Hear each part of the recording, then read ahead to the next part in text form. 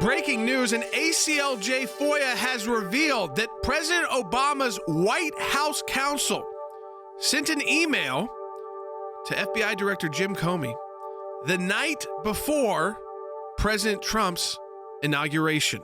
We'll talk about that and more today on Jay Sekulow Live. Live from Washington, D.C., Jay Sekulow Live. Phone lines are open for your questions right now.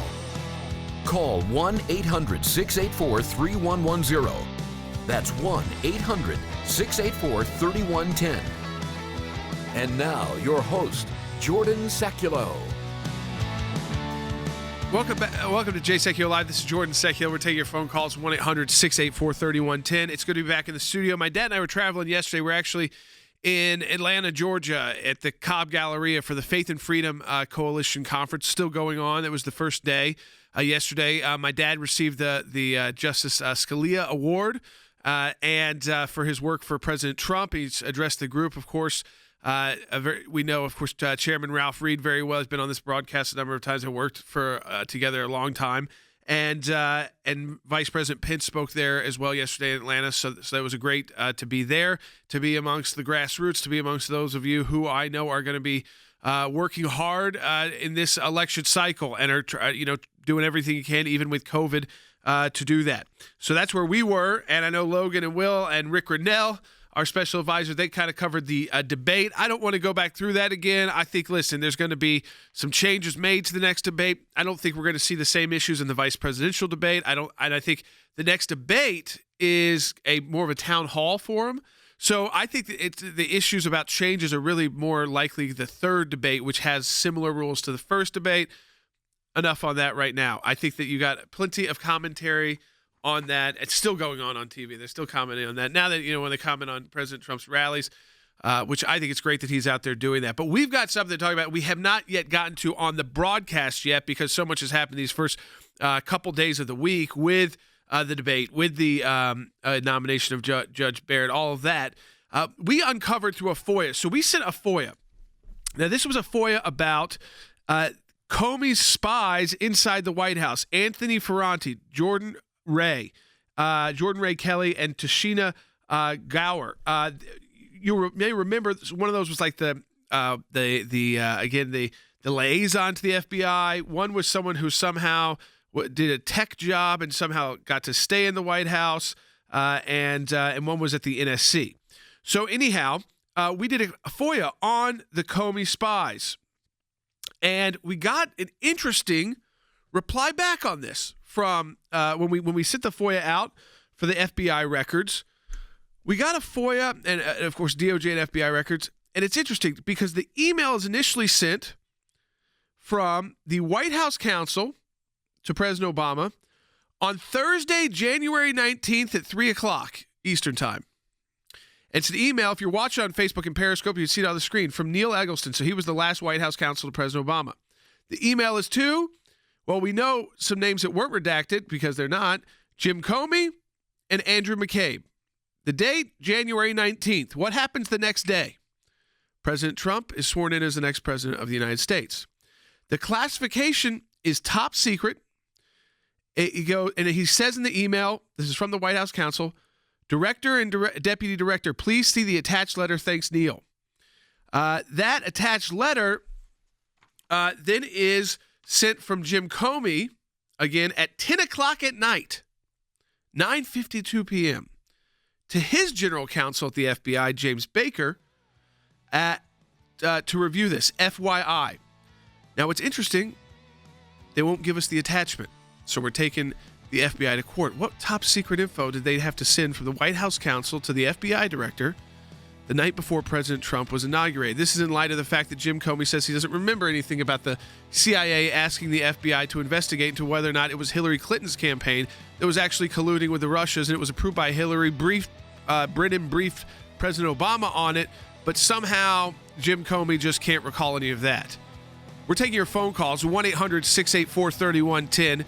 That's 1-800-684-3110. But we've uncovered this because of our FOIAs. And they must relate to the FBI spies in the White House because that's what our FOIA was about. So it has to be in relation to that. And there's more when we get back.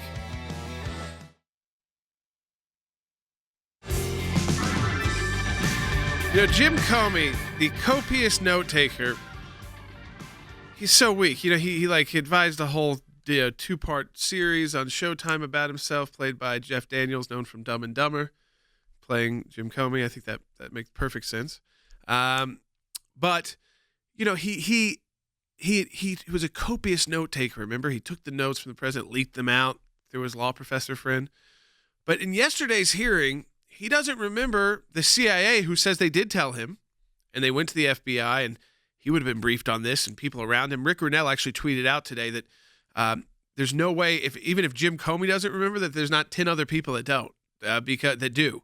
Because if he was briefed on it, there were people around him that were briefed on it, and people like Andrew McCabe, and they need to be asked the question too. Did you ever investigate what the CIA asked you to investigate, which is that Hillary Clinton and her campaign were actually the beginning of the entire Russia collusion story? And that's because their emails got hacked, and they wanted to blame it on President Trump. So their emails get hacked, the server gets hacked. Hillary Clinton knows, I've got this private server, it just got hacked. I need to turn this around on my opponent. So let's just say that he decided to do this hacking with the Russians. That's where it all started. The CIA picked up on that. And they actually asked the FBI to investigate it. But Jim Comey got asked yesterday under oath, Senate Judiciary Committee. Do you remember this at all, Jim? Anything? Anything at all? Take a listen. You don't remember getting a investigatory lead from the intelligence community? September the 7th, 2016, the U.S. intelligence officials forwarded an investigative referral of to FBI Director James Comey and Assistant Director of Counterintelligence Peter Strzok regarding U.S. presidential candidate Hillary Clinton's approval of a plan concerning U.S. presidential candidate Donald Trump and Russian hackers hampering U.S. elections as a means of distracting the public from her use of a private email server.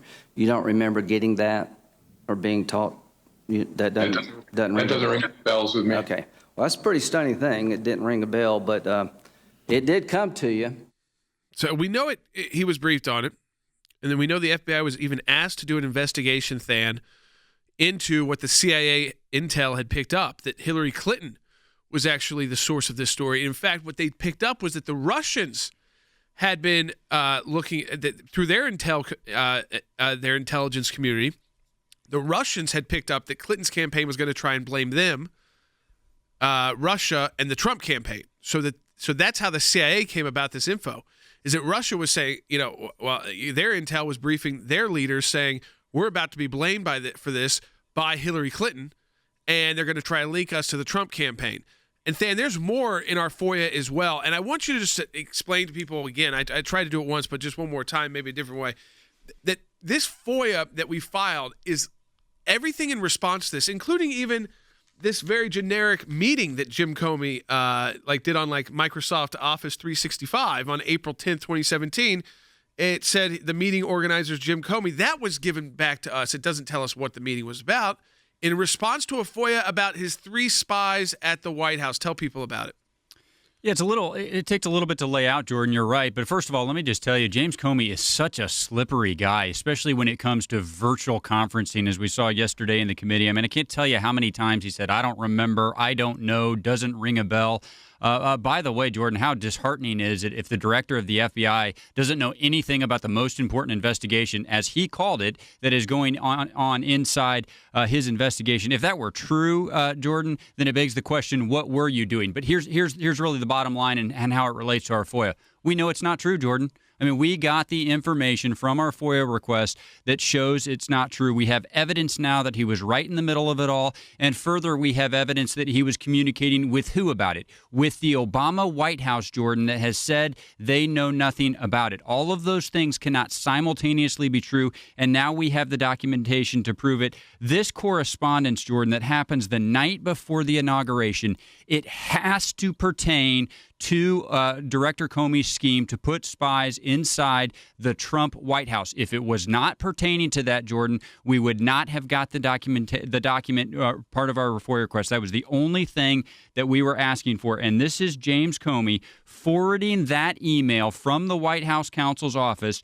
The White House counsel's office sent it to Director Comey and Deputy Director Andy McCabe. He is forwarded on to his general counsel, James Baker. Now, here's the one thing I would tell you, Jordan. They did not give us the attached letter, so we don't know exactly what information was forwarded, but we're going back to court, and I will tell you, here's what the Department of Justice told us just this week. We're going to get that by October 29th, Jordan, so just a few weeks away. But just to lay out the top level, we have to put to rest now this idea that Director I want to Comey make was sure not I involved. heard that correct. So we're going to get the letter? Well, that's what we've asked for, and in the filing, the government has said the FBI anticipates it will be able to review the records subject to that consultation, produce all responsive, non-exempt information subject to FOIA, and complete its response to Subpart 1 of your request by October 29th, 2020. So, Jordan, we've been telling people more is coming. We're getting more in just the next few weeks. Did you buy into kind of like the president's concern? I don't think there's going to be any action taken on Christopher Wray, and he may be doing a fine job, but there seems to be, I know he stepped into a very difficult situation. It's not easy to take over those departments like that. They're working against you half the time, especially the FOIA office, lots of bureaucrats. But it seems like Chris Wray could have taken the same positions like the former acting director, now our special advisor, Rick Grinnell, and declassify this and put this information out.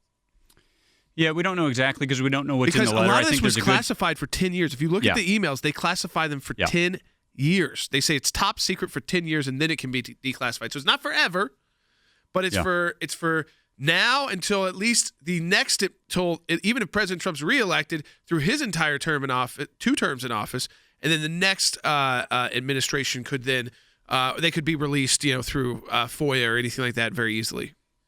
Entirely possible, Jordan. I would say even probable. It's hard to, you can't say with certainty without knowing what's in there, but I certainly think he could do it. And I do want to make one clarification, Jordan. We are going to get another production by October 29th. We're almost certainly going to have to go back to court and fight for that attached letter for the next set of productions. But look, it's trickling out. We're going to have to keep going to court, but let's not lose the top line here, Jordan. The White House counsel's office and Director Jim Comey were in direct communication the night before the inauguration, and it was about the spy scheme that Director Comey had to send spies over to the White House. So look, Director Comey can come in front of the committee and say whatever he wants. The only thing he's done, Jordan, is open himself up to problems in the future because we know the truth. He was involved. He did know about it, no matter how many times he says he didn't. So we've got, all this relating back to the Comey spies. And this is what we got back. So another FBI record the ACLJ obtained in this FOIA lawsuit shows that we have the meeting being organized. We also, though, have this from 2016, October 2016, so during the presidential election, about a month before the election. We're kind of around that right now. We're a couple days away from October 3rd right now. So this would be, again, that time of year. An email from Andrew McCabe responding to the White House counsel and Jim Comey and Lisa Page. I understand your concerns, Neil, with our request. I'm happy to come over with a small team to discuss with you the specifics at your earliest convenience. Thanks, Andrew McCabe. And then the email before that from Jim Comey, from Neil Eggleston, who is the White House counsel for President Obama on September 30th. So it took a few days for Andrew McCabe to respond. But this is all happening right before the election. Jim and Andy CCing Tosh to print for Loretta. Literally the Attorney General and Sally Yates, the Deputy Attorney General, both traveling. Responds to recent outreach from FBI regarding the FBI's proposal to conduct a full content review of, and of course, that content review of is redacted for those of you watching. We have the opportunity to review a memorandum for Deputy Director McCabe, and then a lot of redactions. Notwithstanding this concern, we don't see what the concern is because that's redacted. The concern is redacted. We stand ready to work with the FBI and DOJ, as we have previously said, to discuss ways forward. To that end, we're able to meet with DOJ and FBI leadership to discuss next steps. Thanks, Neil. That's Neil, the White House counsel. We see an email from Andrew McCabe to Jim Comey, to Jim Comey's general counsel, to James Rubicki as well, saying, interesting response from Neil. I was not aware that we had shared our request with the Deputy Attorney General with the White House. We should discuss how we should reach back, set up a meeting.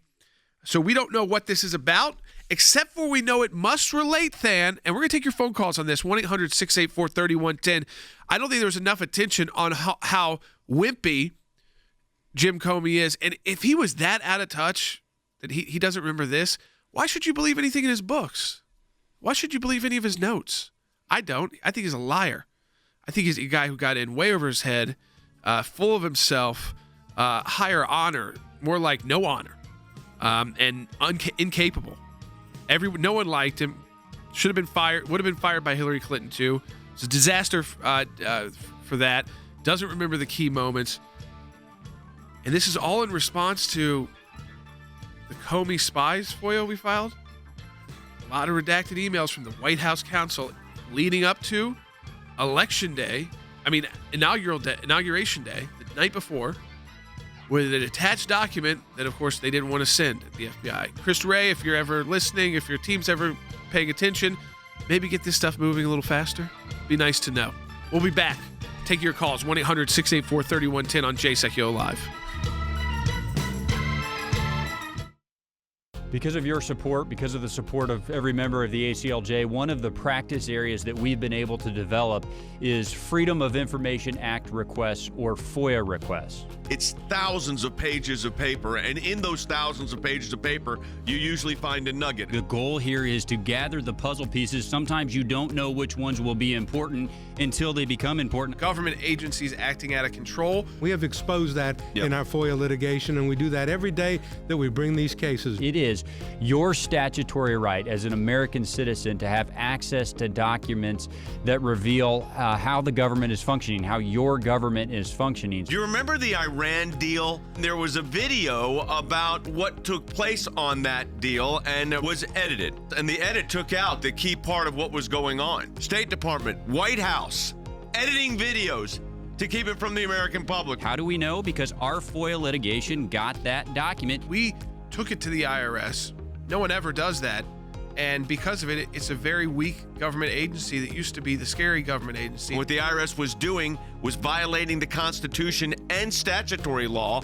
Because of the litigation we engaged in, it's a different agency. They can't do what they were doing before. And they've been hiding behind in the shadows. These FOIAs bring them to light. All of this information came because we went to court to get the information. Many times when we make these requests, the requests actually end up in court as the bureaucracy fights back to withhold the information. But that's okay, because the law is on our side. We are entitled to the information that is in these requests that we have made. We've got the declassified list of Obama administration officials who started asking to unmask. We have caught them now. They have no one in there to protect them anymore. They were used to the bureaucracy protecting them. Those of you that support the ACLJ, this is what it's all about at the end of the day. Think we haven't been on this, folks? We've been on it.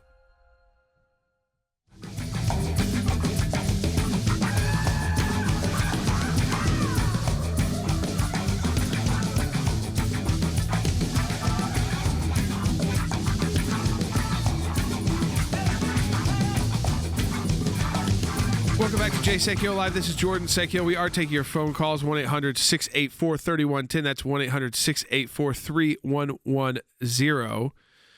Again, I think it's very important to note that this FOIA that we filed in response to this was about Jim Comey's spies. So everything in this FOIA that they gave over to us had to relate back to the three individuals that were at the White House for Jim Comey to spy on the Trump administration. We've gone through that a number of times. The fact that it ended up with documents being sent from the White House counsel, top legal advisor to the president inside the White House. And for just so you understand who that is now, that's Pat Cipollone. Remember during the impeachment trial would be my dad, who kind of took the lead as President Trump's counsel, and then you had his White House counsel, Pat Cipollone. You saw both of them involved because it involved both the president's individual capacity and as president, so the White House involved as well. And so that's Pat Cipollone now. So you had that person for Obama emailing Jim Comey and Andrew McCabe at 3 o'clock in the afternoon, the day before the inauguration of President Trump. So he's been elected, saying, see attached to Jim Comey and Andrew McCabe. Not much they were going to be able to do at that point. But again, I feel like Than probably papering a trail, much like we saw done with Susan Rice. They loved to write these paper trails. And they were all doing it, it seemed like, in the last 24 hours they had at the White House. I totally agree with that, Jordan. It's a paper trail that goes all the way back to at least September 30th, 2016. The documents that we just uncovered confirm that. And I just want to reiterate that. So from at least September 30th, 2016, leading all the way up to the night before the inauguration, all of these people were aware of this scheme to put FBI assets inside the incoming administration's White House. Now, of course, they didn't know that he won the election back in September of 2016. But listen to these names, Jordan. James Comey, Andrew McCabe, James Baker, James Rubicki, Loretta Lynch, Sally Yates, White House counsel Neil Eggleston, and then Jordan. I mean, we already have the documents from the January 5th meeting inside the Oval Office. Also, President Obama and Vice President Joe Biden. So all of them were aware of the scheme. All of them were briefed on it. We have documents showing multiple briefings of the White House, Jordan. So I'm just tired of this excuse that both sides are giving, that this was a surprise to everybody, that Sally Yates didn't know what was happening when she was asked inside that meeting. No, she knew dating back to September 30th that this was part of the plan. Jordan, there's going to be more coming out, but I've got to tell you, I think the picture is pretty clear now. They're not admitting it, but the documents that we have show that this was a scheme that lasted for well over a year and a half. Folks, we're taking your phone calls, 1-800-684-3110. That's 1-800-684-3110. Similar calls, I'll take them in the order they came. We'll take both of them. Pat in Michigan, online too. Pat, welcome to Jay Sekulow Live. Well, my question is, thank you for taking my call, but my question is I'm, kind of still floundering around what's going on with all this. But what I wonder is, after this many years and all this information you're finding, if charges can be brought up against Comey and some of these other people after this late of a time, and because they've done wrong, they've broken the law, obviously. So can they be charged with anything? Listen, I think charging Hillary Clinton, I know there were the chance of lock her up, it was 4 years ago. It would have taken probably more information sooner rather than later, though. This new revelation, I mean, listen, we are weeks before an election. Was it 30 days? 32? I mean, 30, less than that. Yeah, about 31 days, 30, I don't know. We'll get the exact number from our producer, Will. There's not going to Hillary. It's 33 days. Okay, so Hillary Clinton's not going to be charged in 33 days. But let me tell you what will happen. None of these people will really see justice, like the special counsel's team who was doing things we believe were illegal, like Peter Strzok. Unless those people are indicted very soon by Durham, they will not see justice unless President Trump's reelected. I'm not telling you who to vote for, and I'm not saying that's the reason why you should vote for President Trump, by the way. But all of these investigations will stop. I mean, think about, Than, how long it took for us to find out. And I mean, it makes some sense because this was CIA intel to the FBI that they had picked up from the Russians, because the Russians said, we're about to get blamed for hacking Hillary Clinton's server, and they're going to say that we did it in coordination with Trump's campaign. So, we have to prepare for this. CIA picks that up. It says, wait, Hillary Clinton's campaign is putting this whole thing out? Then Brennan briefs President Obama about that, and the CIA goes to Jim Comey and the FBI and asks them to investigate it, and we have no idea whether it was investigated yet or not. So people used to say, well, maybe Hillary Clinton isn't going to go to jail. Maybe all this stuff has been investigated. You move on. President Trump beat her. Now I think you look back at it, you say, you know what? They're looking at the Clinton Foundation again. They should be looking at this.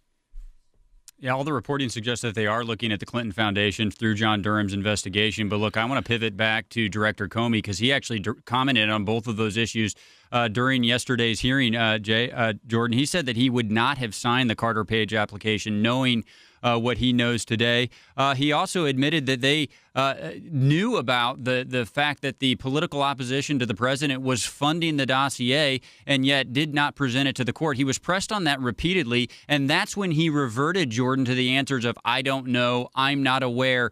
Jordan, if his department, if his agency knew that there was a political bias behind the information they were presenting to the court to surveil an American citizen, and he, as the director of the FBI, did not make sure that the court knew that information. Remember, Jordan, they call it a certification. I mean, he signed the document certifying that the information was correct. If he even didn't, if he just didn't know that they were not presenting to the court, and he certified that, Jordan, I think he's in legal jeopardy. So, look, maybe it's a higher threshold when you're talking about Hillary Clinton, who is a political candidate at that point. But when you're talking about a public servant with the authority that James Comey had, and he certified those applications knowing about those errors, Jordan, I got to tell you, if I were him, I would be hoping that John Durham did not have a long time to finish that investigation, because I would be very concerned about where that investigation would end up. Yeah, absolutely. We're taking your phone calls, 1-800-684-3110. That's 1-800-684-3110. Again, another exchange. I want to play this about the FISA court and the FBI application. Senator Josh Hawley, a big fan of his out of Missouri, is asking in this exchange with Jim Comey and the FISA and misleading the FISA court. Take a listen. In this case, the FISA court said that they had reason to doubt the reliability of FBI applications across cases because of the level of misleading information that you personally signed off on. Do you regret your role in this unprecedented misleading of a FISA court? I don't regret my role. I regret that it happened. I'm sorry?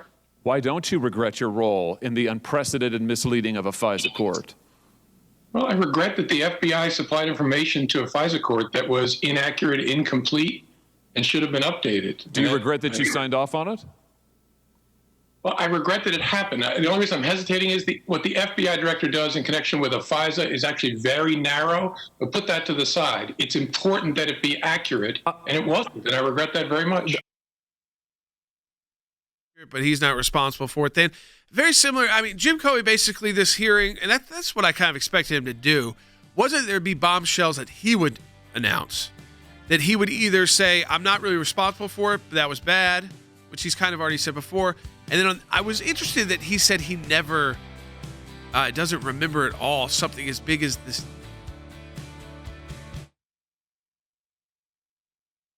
The support of every member of the ACLJ, one of the practice areas that we've been able to develop is Freedom of Information Act requests, or FOIA requests. It's thousands of pages of paper, and in those thousands of pages of paper, you usually find a nugget. Government agencies acting out of control. We have exposed that in our FOIA litigation, and we do that every day that we bring these cases. It is your statutory right as an American citizen to have access to documents that reveal how the government is functioning, how your government is functioning. We took it to the IRS. No one ever does that. What the IRS was doing was violating the Constitution and statutory law. They can't do what they were doing before. They've been hiding behind in the shadows. These FOIAs bring them to light. How do we know? Because our FOIA litigation got that document. Those of you that support the ACLJ, this is what it's all about at the end of the day. Live from Washington, D.C., Jay Sekulow Live. And now, your host, Jordan Sekulow. All right, welcome back to Jay Sekulow Live. This is Jordan Sekulow. We're taking your phone calls. So at the very end of that, we're playing the typical Jim Comey. So in the hearing yesterday, it wasn't that Jim Comey was going to make news. It was more the news that the CIA was asking his FBI at the time to investigate intel that they had picked up the Russians, that the Russians had picked up that Hillary Clinton was going to blame them for the hack into her server, and then tie that hack to them the Russians working with Trump. And the CIA picked that intel up and said, we need to brief President Obama about it. Brennan did. And then asked the FBI to investigate whether the Clinton campaign was behind the entire collusion narrative. And it appears that it was. But then Jim Comey's asked did you ever look into it? We've already played this sound. We have to play it again. He said he can't even remember it. We're bringing in Harry Hutchinson in as well, ACLJ senior policy analyst, attorney as well as former law professor. We've seen Jim Comey do this time and time again. He has great memory for his notes that he takes out of his office and gives to his friend to leak to the newspaper. He has a great memory. If you look at his book, I think Donald Trump Jr. tweeted it out, and our special advisor, Rick Rennell, replied to the tweet. You just look at passages of his book, and he'll say, I remember everything. I remember every detail of going down the street and this. But he's asked about, did you ever hear about the CIA asking you, hey, Hillary Clinton may have made up the entire collusion thing because Russia is saying in their intel that they're not saying publicly, but privately, we need to be prepared for this because they're going to say that we did this and that we're working with the Trump campaign. And he said, no, I don't remember that. And that seems like something you would remember, Harry, if you are Jim Comey, the expert in memory, the guy who took copious notes on everything he was ever told. Absolutely. So what we have is an illustration of James Comey's selective memory. Apparently, it has been accidentally wiped, like the special counsel's phones, by accident. The ACLJ's FOIA revelations, coupled with James Comey's testimony yesterday, leads to one of two conclusions. First, that James Comey was duped by FBI staffers. Or second, that James Comey was stunningly stupid. It turns out, of course, that both of these two things could be true at the same time. What we have in this particular case is clear evidence that James Comey and the White House counsel's office were inadvertently or deliberately involved in a conspiracy, in my judgment, to pervert the course of justice. This was all part, I think, of a cover-up for the Hillary Clinton campaign. And I think James Comey's testimony yesterday illustrates beyond question that he was deeply involved, and I don't think he can escape judgment, certainly not history's judgment going forward. I mean, this is, again, I want to get to the calls, 1-800-684-3110, but I just want to underscore, we know, Than, going back to even January 5th, on January 5th, how did the Obama briefing go? I mean, we now know that President Obama, from the FBI, we know President Obama was briefed about Flynn. We know he was briefed about, and that Joe Biden was there, and they were unmasking, and now our special advisor, Rick Rennell, was the acting director of national intelligence who put all that information out there. But they very well also could have been briefing President Obama on this information about Hillary Clinton. Oh, I think they likely were. They said they did. Look, the FBI employees knew it, Jordan. I mean, that's what the text said. What's the word on how Obama's briefing went? And then it closed with, Trump was right. Still not put together. Why do we do this to ourselves? What is wrong with these people? Jordan, if the mainline FBI employees knew that the president was being briefed, I think it was a pretty open secret, right? I mean, I think so. We're going to take your calls. So 1-800-684-3110. A lot of calls coming in, a lot to answer about this. And it's a lot to take in 33 days before the country chooses its next president. Whether or not we'll get the votes in that day remains to be seen. We'll be right back on Jay Sekulow Live.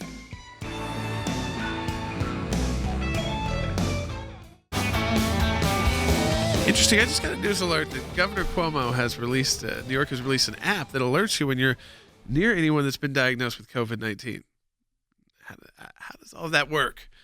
Did he work with Jim Comey on this app? How are they tracing all of it? I mean, I'm not saying it's necessarily a bad thing, but invasion of privacy, what are you signing off on? I guess you have to sign up for this app, but did the person with COVID sign up for the app? And do they still have COVID? I mean, they're walking around with, is that what they're saying? But you can beat it and be done with it and take your test. So I just think all of this is bizarre. Here's why I say that, too. This reminds me of the paper trails we find. This reminds me of the information that's available to people like Jim Comey. So for him to go in and say, I can't remember, that's basically like taking the fifth. So he's not saying it didn't happen. He's not saying it did happen. He just doesn't want to give a definitive answer because he doesn't want to go to jail if he gives a definitive answer that's wrong while he's under oath, and he doesn't really want to talk about it. Because really all Jim Comey wants to talk about is what book he's got coming out or TV show about him, which, dear Lord, who wants to watch that? I mean, seriously, maybe there's a reason why on-demand TV, things like Netflix and Amazon, doing better than places like Showtime. Maybe it's because it's like they're kind of like the mainstream media. They put out the same stuff that you're like, you think that like 30-ish days before the election, people want to watch Jim Comey's story? I mean, it's too recent. He's a liar. Neither side likes him. He's not a good guy. Ask Hillary Clinton if she likes him. Ask Sally Yates about him. He's a rogue.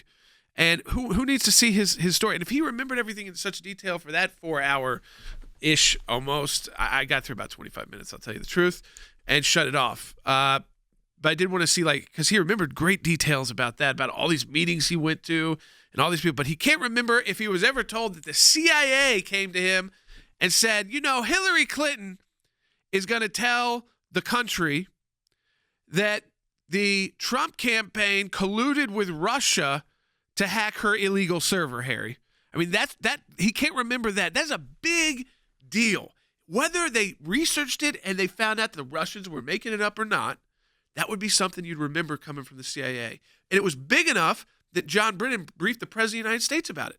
Absolutely. So we have a clear and unmistakable record indicating that James Comey and high-ranking members of the FBI were in the loop. We have evidence showing that John Brennan of the CIA, that he was in the loop. All of these individuals possessed information, probative information, suggesting that Hillary Clinton actually had engaged in a conspiracy with Russian operatives, and then they decided to frame Donald Trump. Now, James Comey, who took, as you correctly point out, meticulous notes, is saying, it doesn't ring a bell. I don't remember. It does suggest at the end of the day that his memory is protected by a password, and he has accidentally entered the password incorrectly more than 25 times. I mean, yeah, exactly, right? His phone is wiped clean. He just can't do it. His brain has been wiped clean, except for if it's for the TV show that he's getting paid for. He remembers all those meetings and how Loretta Lynch acted, how her facial expression. He remembers, he knew, I guess, pillow talk details between Lisa Page and Peter Strzok, if you did watch it. I mean, it was absurd. He goes, all of that. He was an advisor to the show, but he can't remember literally the CIA, who briefed the president on it at the time, President Obama, and John Brennan, coming to him and saying, you need to look into this, that Hillary Clinton is just making up this whole Russia collusion thing. That would have been important to remember before a special counsel was appointed, before he leaked documents. Remember, he leaked his documents to get a special counsel appointed, his notes from meetings with the president. Would have been good to know if he investigated whether or not Hillary Clinton was making all the collusion up, and we didn't need a special counsel to drag our country through the mud. By the way, the one thing I will say about the debate last night, you know why the debate was like that on Tuesday night? Do you know why it was like that? Because of people like Jim Comey. Because they did drag the president through the mud for 2.5, 3 years. And then they wanted to do impeachment on another issue, went from Russia to Ukraine. So they are responsible in many ways for the kind of tone in our politics, I'd say, because they divided the country. I'd say the riots in the streets, the burning down buildings, the people having to take sides on racism, which is like ridiculous in our country. It's not an issue you need to. It should not be partisan or political. I think it all goes back to actually Jim Comey and what they were doing. They tried to take out a president. It didn't end well. He responded. He's still angry about it for good reason, because he's still finding out more and more details about the information. And it's even from his own people in the departments that he runs. And people say, oh, well, shouldn't he just be running them better? We all know the bureaucracy at the ACLJ. Okay, you can drain the swamp to an extent. You know what happens? You get a special counsel appointed going after you. Then you get impeached by the House. Now, of course, he was exonerated in the Senate, but I just want to make that clear to everybody. This is from the debate. Take a listen. President Trump, bite 34. When I listened to Joe talking about a transition, there's been no transition from when I won. I won that election. And if you look at crooked Hillary Clinton, if you look at all of the different people There was no transition because they came after me trying to do a coup. They came after me spying on my campaign. They started from the day I won and even before I won, from the day I came down the escalator with our First Lady. They were a disaster. They were a disgrace to our country. And we've caught them. We've caught them all. We've got it all on tape. We've caught them all. And by the way, you gave the idea for the Logan Act against General Flynn. You better take a look at that because we caught you in a sense. And President Obama was sitting in the office. He knew about it, too. So don't tell me about a free transition. Listen, I agree 100%.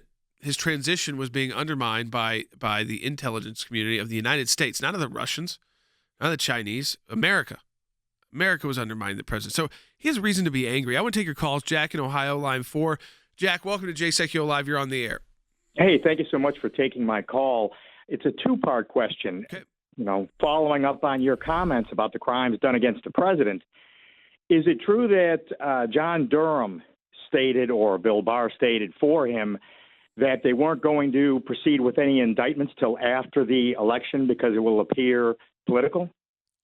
So there have been speculation in the media about that, Jack. So I'm going to get your second question, too. Speculation in the media that it won't happen. We're 33 days out. I think it's just speculation.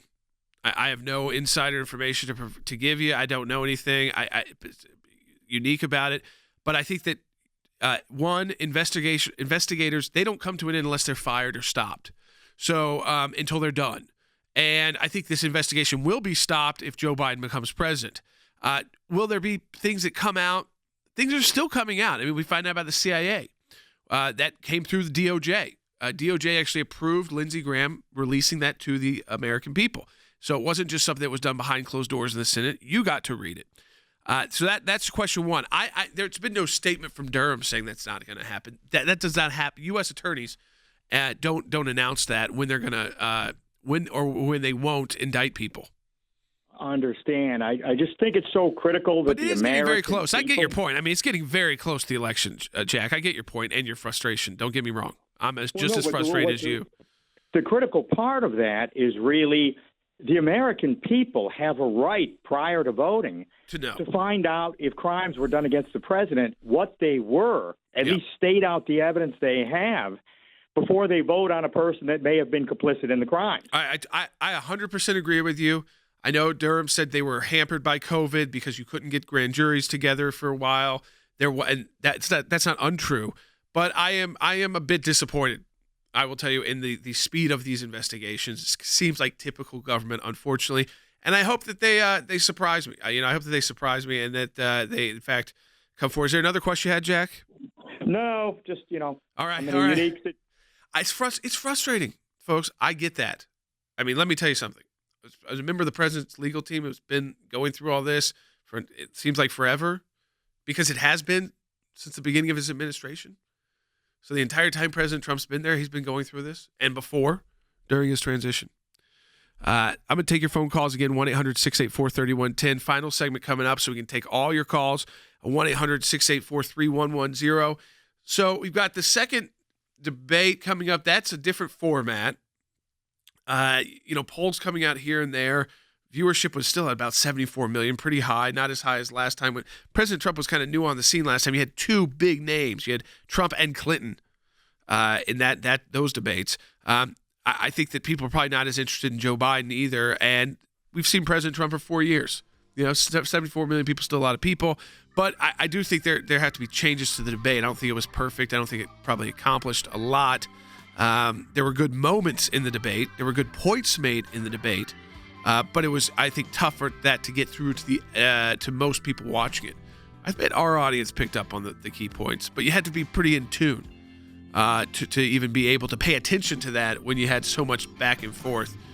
That's kind of not too nice, maybe, about the actual debate, too back and forth.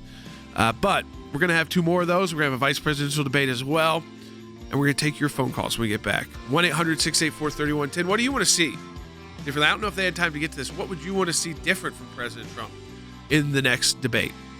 We'll take your calls when we come back on Jay Sekulow Live.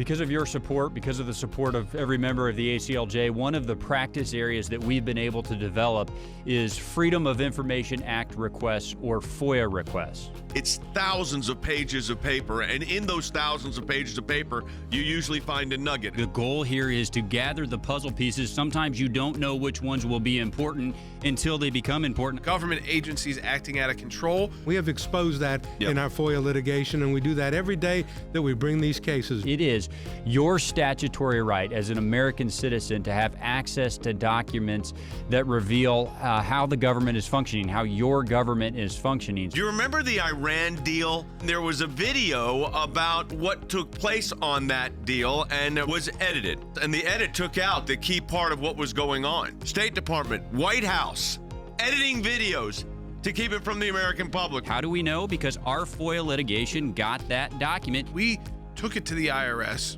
No one ever does that.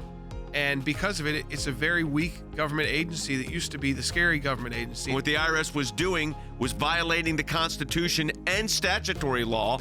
Because of the litigation we engaged in, it's a different agency. They can't do what they were doing before. They've been hiding behind in the shadows.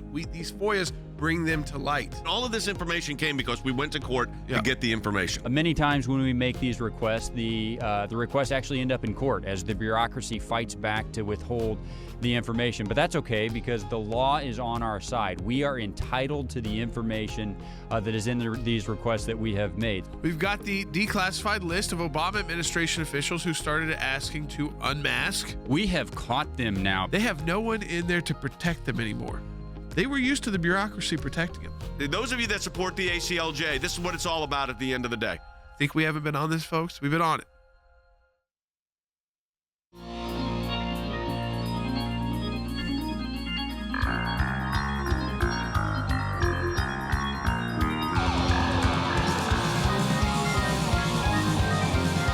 All right, welcome back to Jay Sekulow Live. So we're going to start taking your phone calls now. 1-800-684-3110. That's 1-800-684-3110. Our producer Will wrote in that the fact that Comey went from one with the command of all the facts to the I can't remember guy makes me think that he is in trouble. I do think he's in trouble. I think a lot of his associates are in trouble as well. I want to get to your phone calls now. 1-800-684-3110. Ty's been on the line on line 3. Calling from Texas. Ty, welcome to Jay Sekulow Live. Hello. Hey, Ty, we're having problems with your phone right now. Hang on. We'll try to get the connection fixed. I know you've been hanging on to talk to us. Just get the connection fixed. They'll let me know. We'll get back to you. Let's go to Cole in California on line 5. Cole, welcome to Jay Sekulow Live. Yes, thank you. I guess I'm just having a little trouble understanding how James Comey can sit in committee under oath and not remember all of these details, and how easy it is for him to write a book and sit in front of a television camera on a TV show and to be able to remember anything he wants to remember. To me, it just doesn't seem right. Well, no, I don't think it's not right, and he shouldn't be able to get away with it. And I think that the truth is, when you really get to this, Harry, you have Jim Comey basically taking the fifth at the hearing yesterday. That's basically what he was doing by saying he couldn't remember. By saying he couldn't remember, he didn't say it didn't happen or did happen. It's a very specific kind of answer, and I guess he just doesn't mind looking foolish in this. And you know what? I think it's easier to do when you're sitting at your kitchen table. And that's what he's getting to do right now. He's not in a hearing room. He's not sweating. The cameras aren't, there's not 100 photographers taking his photo. He's sitting at, it looks like his dining room table. And he's supposed to be under oath still, but it seems a little bit easier to say, you know what, we've been through a lot right now, and I just don't remember. I agree with your analysis, and I agree with the caller's point. James Comey's brain seems to have an on and off a switch. And my suspicion is that, advised by counsel, he is answering all of these damning questions in a particular way so as to avoid potential culpability down the road. And so I agree with the caller, and certainly James Comey's statements demand further investigation. All right, we're going to continue to take your phone calls, 1-800-684-3110. I want to get an update, though, but from Than again, because I think this is always important to do on the broadcast when there's action or movement. And Than, that's the COVID relief because everybody listening to this broadcast right now, that can affect them, whether they own a small business, whether they work for a small business, whether they work for a big company, or they're unemployed right now and they lost a job, or they're wondering if there's going to be another loan or another stimulus check. Where does that stand? I know the House has been moving things. The Senate has moved things. Where does it stand right now? Yeah, it actually looked yesterday, Jordan, for a moment that maybe a deal had been struck. We still don't have a deal, but Speaker Pelosi did pull her HEROES Act, which is her version, her wish list, so to speak, of COVID stimulus, off the floor last night because of renewed negotiations with both the White House and the Senate. They are actually pretty close together. I mean, at one point, Jordan, they were about $4 trillion apart. Now the reports are that the White House most recent offer is $1.6 trillion, and Speaker Pelosi is at $2.2 trillion. So I don't want to minimize, $600 million. It's still a lot of money, but that's pretty close in terms of negotiations. I think there's actually a pretty decent chance they can come together on a top line number. I think the bigger question is, Jordan, is how much of the waste can be scrubbed out of that to make it worth it? Things like, over the top unemployment insurance that actually won't actually make it to people who are unemployed. And then maybe most specifically, dollars for state governments to bail out bad budgets and irresponsible spending on the state level. But again, Jordan, I said this on yesterday's broadcast, and I want to say it again, or a couple of days ago. The reason that this is still alive is because the White House reengaged and said, look, no, we do want to negotiate. We will go above what Senate Republicans will do. If Speaker Pelosi is willing to actually negotiate, we want to do it as well. That's why there's still a chance here, Jordan. I don't know if it gets done, but the continuing resolution did get done yesterday, so this is really the last big ticket item on the table. I think there's still a chance. All right. So there you go, folks. I wanted to update you on that. Let me take the next call. Ty in Texas. Let's see if that connection is working. Hey, Ty. Yes. Hey, we got you. You sound great. My question is Comey signed off on the FISA warrants, and he says he don't remember or don't recall. What difference does that make? Is that a pass for him to get away with it? If he signed off on the FISA warrant, that ultimately there's no excuses in period.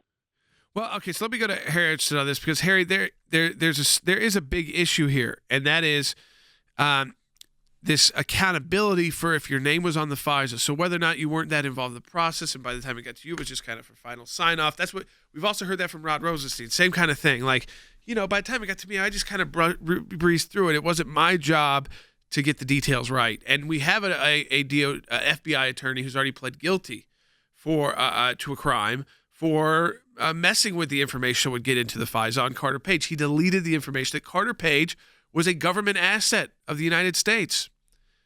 His cover's been blown now, but that's what he was. And this guy deleted that, Klein Smith. He's pled guilty to a crime, Harry. And what Jim Comey is trying to say is, well, I'm not actually, responsible for that. And, Rod Rosenstein. But here's my response back. That's not their legal theory when it was the CEO of Enron. That's not Andrew Weissman's theory when it's been corporate heads. They say that it doesn't matter whether or not you knew about it or not. You're responsible if you're the head. I think that's correct, and I agree with the theory that was deployed with respect to the Enron investigation. The veracity of FISA warrants is quintessential with respect to the Fourth Amendment of the United States Constitution. James Comey essentially swore to the FISA court that the affidavit in support of the FISA warrant was indeed verified. That is clearly and unmistakably untrue. My own view is that he should be held strictly liable, strictly culpable, and he should face a criminal prosecution. All right, folks. Again, we have covered a lot today. I wanted to make sure we got to our FISA info. Now, if you want more information about it, you go to ACLJ.org because, Stan, we've got a great blog up there. It kind of walks people through that. So that can kind of help people out because we've given them a lot of info at jump around dates. It goes up until Inauguration Day, the day before the inauguration this time. And we just find out that more and more how involved Obama was himself, how more involved Biden was himself, how more involved their top advisors were involved. It wasn't just the Jim Comey FBI guys and Peter Strzok. It was the Obama White House. Absolutely. I really encourage people to go read that blog. I'm pretty confident they're going to come away with one conclusion, Jordan, and that is that James Comey is simply lying. He knew about all this, and the reason I'm so sure he knew about all of it, Jordan, is because when the White House needed a briefing on all the matters, who was called and who gave the briefings? James Comey. He knew. He's trying to conflate all... Yeah, he's trying to conflate all the issues now, Jordan, but he was the one in charge. He was the boss. He signed the certifications. The caller's exactly right. He's the one with the fiduciary duty. Jordan's pretty simple. He's lying now. Folks, we're building grassroots support as well for Judge Amy Coney Barrett online at aclj.org. I don't want you to forget that is coming, those hearings on October 12th. And right now, again, we want you to sign that petition. It doesn't cost you a thing at aclj.org to support the confirmation of Judge Barrett so she becomes Justice Barrett before Election Day. So we've got a full 9 justices on the Supreme Court. She's also a great constitutional conservative, and as she said, my judicial philosophy is the late Justice Scalia's judicial philosophy. I think you can get behind that. Sign the petition at aclj.org. We'll talk to you tomorrow.